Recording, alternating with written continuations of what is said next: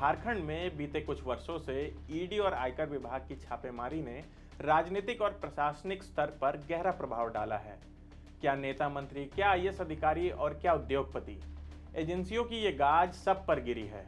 लेकिन इससे यह स्पष्ट है कि 2024 में होने वाले लोकसभा और विधानसभा चुनाव की तैयारियों में भी इसका असर दिखेगा।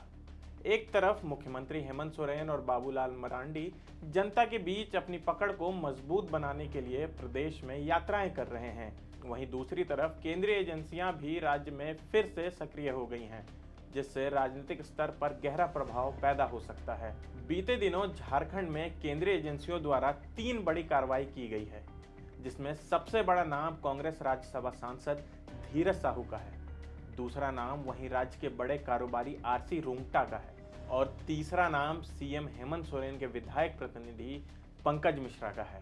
इन तीनों मामले पर सिलसिलेवार तरीके से हम बात करेंगे।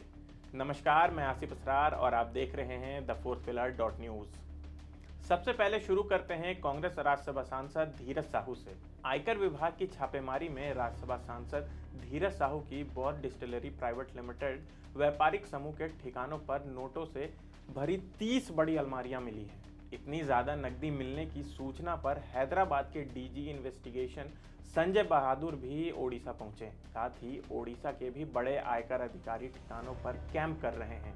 बता दें कि नोटों से भरी सबसे अधिक अलमारी ओडिशा के बलांगीर में मिला है।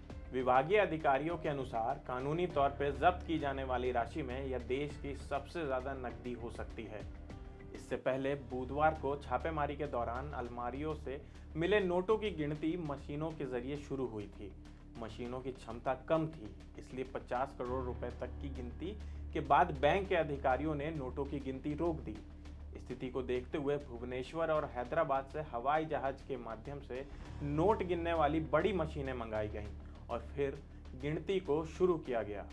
मीडिया रिपोर्ट में बताया गया है कि शराब व्यापार से जुड़ी डिस्टिलरीज प्राइवेट लिमिटेड और इस समूह की 3 अन्य कंपनियों के ठिकाने पर भी बुधवार की सुबह को छापेमारी की गई थी। इस दौरान आयकर विभाग की टीम ने 300 करोड़ से अधिक की नकदी जब्त की है। इनकम टैक्स उड़ीसा की टीम सर्वे के लिए धीरज साहू के लोहरदगा और रांची के ठिकानों पर पहुंची थी। लोहरदगा और रांची के अलावा ओडिशा के बलांगीर, संबलपुर और कालाहांडी में भी इनकम टैक्स की टीम ने छापेमारी की। जानकारी के मुताबिक Baldev Sahu and group of companies के बलांगीर कार्यालय पर छापेमारी के दौरान 150 करोड़ से अधिक नकदी जब्त की गई है। इससे पश्चिम उड़ीसा में सबसे बड़ी स्वदेशी शराब निर्माण बिक्री कंपनी में से एक कहा जाता है। वहीं संबलपुर कॉर्पोरेट ऑफिस में छापामारी के दौरान 150 करोड़ से ज्यादा की रकम जब्त की गई। जिस बौद्ध डिस्टिलरी प्राइवेट लिमिटेड कंपनी पर पहले आईटी ने छापा मारा था, उसकी partnership firm Baldev Sahu and group of companies है। बता दें कि देश में अभी तक सबसे अधिक जब्त होने वाली नकदी राशि 200 करोड़ रुपए है, जो कि जीएसटी की छापेमारी के दौरान पीयूष जैन के ठिकानों से जब्त किए गए थे। बताया जा रहा है कि नोटों को गिनने में 3 दिन तक का समय लग सकता है। 30 अलमारियों में भरे इन नोटों को बड़ी मशीनों से गिनने में भी कम से कम 3 दिन तो लग ही जाएंगे। नोटों की गिनती के बाद इस व्यापारिक समूह द्वारा नकदी रखने की वैधानिक अधिकार से मिलाने के बाद अतिरिक्त नकदी को जब्त किया जाएगा और फिर आयकर अधिनियम में निहित प्रावधानों के तहत कानूनी कार्रवाई की जाएगी। बता दें कि 2018 में राज्यसभा चुनाव के दौरान साहू ने जो शपथ पत्र चुनाव आयोग को दिया था, उसमें अपनी संपत्ति 34 करोड़ रुपए बताई थी। उन्होंने खुद पर 2.36 करोड़ रुपए का कर्ज भी घोषित किया था। वित्त वर्ष 2016 और 17 के इनकम टैक्स रिटर्न में उन्होंने अपनी आमदनी 1 करोड़ रुपए से कुछ अधिक बताई थी।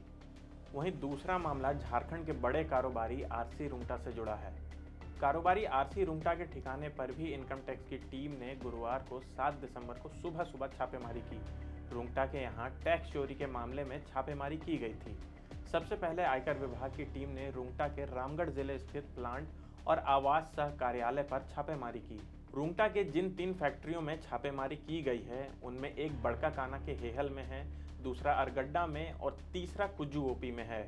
तीसरा मामला सीएम के विधायक प्रतिनिधि पंकज मिश्रा से जुड़ा है। साहिबगंज जिले में 1000 करोड़ रुपए के अवैध खनन मामले में पंकज मिश्रा, दाहू यादव और पवित्र यादव के आवास पर गुरुवार को रांची सीबीआई टीम ने छापेमारी की। साहिबगंज एसडीओ कोठी स्थित पंकज मिश्रा के आवास पर सीबीआई के द्वारा छापेमारी की गई थी।